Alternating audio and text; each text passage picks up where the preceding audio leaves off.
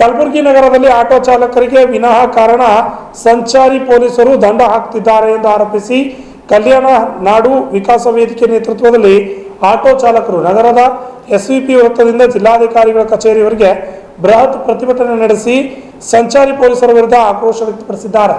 Permit ವಾಹನಗಳು ಕಲಬುರಗಿ ನಗರದಲ್ಲಿ ಓಡಾಡುತ್ತಿರುವವರ ವಿರುದ್ಧ ಕಠಿಣ ಕ್ರಮ ಕೈಗೊಂಡು ವಾಹನಗಳನ್ನು ತಡೆಗಟ್ಟಬೇಕು.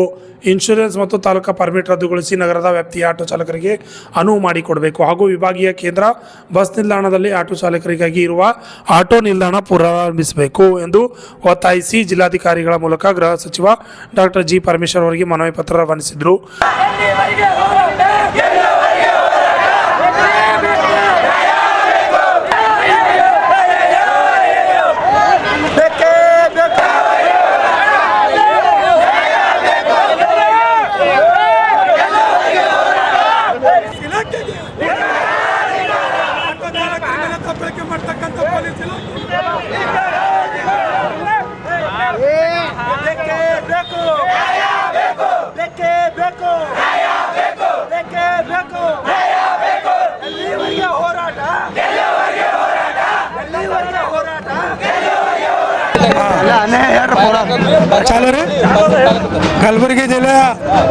ಕಲಬುರಗಿ ಜಿಲ್ಲೆ ಆಟೋ ಚಾಲಕರ ವತಿಯಿಂದ ಇವತ್ತು ಹೋರಾಟದ ಮುಖ್ಯ ವಿಶೇಷ ಏನಪ್ಪ ಅಂದರೆ ನಮ್ಮ ಮೇಲೆ ಪೊಲೀಸ್ ಇಲಾಖೆಯವರು ದಬ್ಬಾಳಿಕೆ ಮಾಡ್ತಕ್ಕಂಥ ಒಂದು ಹೆಚ್ಚಾಗಿದ್ದರಿಂದ ನಾವು ಈ ಹೋರಾಟಕ್ಕೆ ಇಳಿದಿದ್ದೆವು.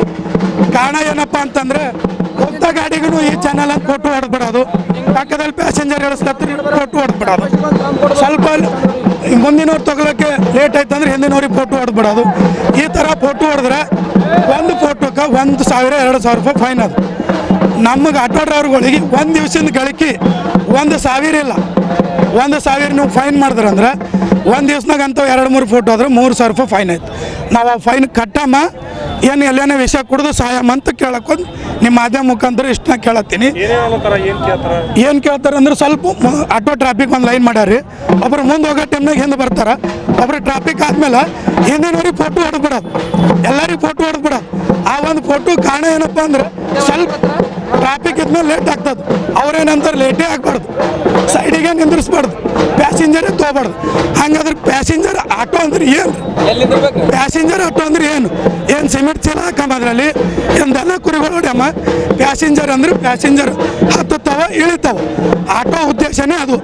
ಮತ್ತು ನೀವು ಒಂದು ಸ್ಟ್ಯಾಂಡ್ ಕೊಡೋಂಗಿಲ್ಲ, ಒಂದು ಸರ್ಕಲ್ಗೆ 4 ಪೊಲೀಸರು ಡ್ಯೂಟಿ ಮಾಡೋಂಗಿಲ್ಲ. ನಮ್ಮ ಮೇಲೆ ಅಂದ್ರೆ ಇಷ್ಟು ದಬ್ಬಾಳಿಕೆ ಮಾಡ್ತೀರಿ. ಅದಕ್ಕೆ ನಮಗೆ ತ್ರಾಸಾಗಿ ನಾವು ಈ ಹೋರಾಟ ಕೇಳಿದ್ದೀವಿ. ಇವತ್ತಿನ ದಿನದಾಗ ಈ ಎಲ್ಲನೂ ತಡೆಗಟ್ಟಿದ್ರಂದ್ರೆ ನಾವು ಎಷ್ಟಿಲ್ಲ ಮುಂದಿನದಲ್ಲಿ ನಾವು ನಮ್ಮ ಕಾರ್ಯರೂಪದಲ್ಲಿ ನಡೀತೀವಿ. ಮತ್ತು ನಾವು ಕೊಟ್ಟಂಥ ಈ ಎಲ್ಲ ವಿಷಯ ಬಗ್ಗೆ ಚರ್ಚೆ ಮಾಡಲಿಲ್ಲ ಅಂದ್ರೆ ಮುಂದೆ ಇನ್ನೂ ಒಂದು 8 ದಿನ ಟೈಮ್ ತಗೊಂಡು ಕಲಬುರಗಿ ಬಂದು ಕೆರೆ ಕೊಡ್ತೀವಿ. ಸುನೀಲ್ ಪೂಜಾರಿ, ಕಲಬುರಗಿ ಜಿಲ್ಲೆ, ಅಯ್ಯರ್ವಾಡಿ, ವಾರ್ಡ್ ನಂಬರ್ 17.